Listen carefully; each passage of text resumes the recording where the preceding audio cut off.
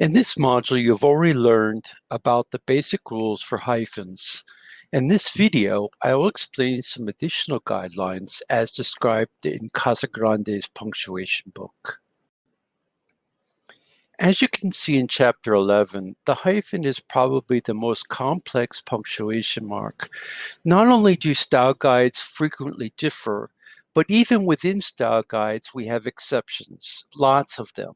For those students who plan to write professionally, I strongly recommend that you hold on to Casagrande's book as a reference guide to look up the large numbers of exceptions and disagreements regarding hyphens.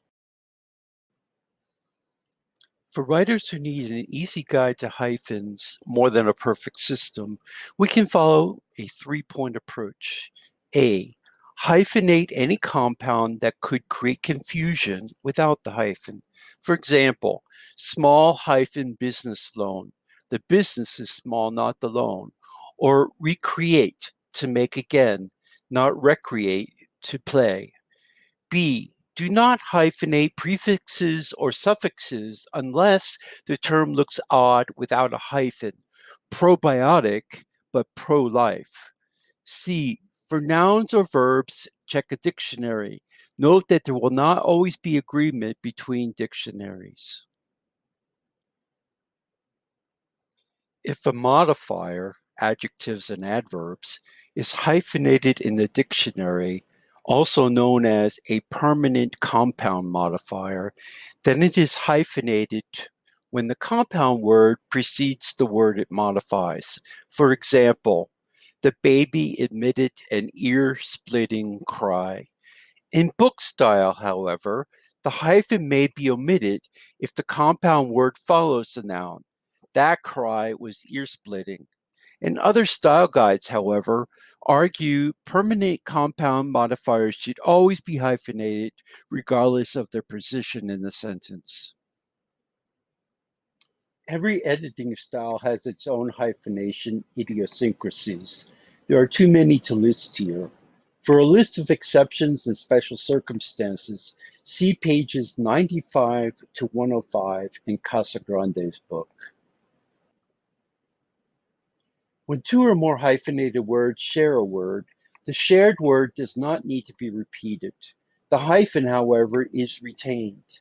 A family hyphen-owned and hyphen-operated business run by my mother hyphen and father hyphen-in-law. Note that when the share word appears first in the compound, it is written in the first compound and substituted by a hyphen in the second word. Note the opposite happens when the shared word is the word after the hyphen. Then a hyphen takes the place of the shared word in the first compound and is written out in the second or last compound.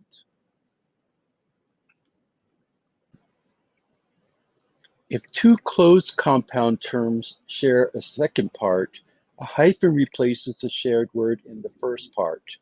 Both up hyphen and downstream have rapids. Do not hyphenate a prefix unless it precedes a capital letter, for example, pre-Victorian, or a number, pre-1917. The hyphen prevents confusion, recreate versus recreate, or the prefix ends with the same letter that also begins the following word, re-elect. Note, however, that some publications, most notably the New Yorker, still uses a diaeresis in place of the hyphen when the same letter begins the following word, re-elect, cooperate. Most punctuations, however, consider that spelling obsolete. Hyphenate the prefix CO when CO hyphen indicates an occupation or position. For example, co-chair, co-signer. Do not hyphenate cooperate, cooperation, coordinate, or coordination. Do not confuse the prefix in with the preposition in. In as a prefix means not and is not hyphenated. Inept, insecure, In as a preposition may be hyphenated when it is used in a compound word. For example, an in-depth review.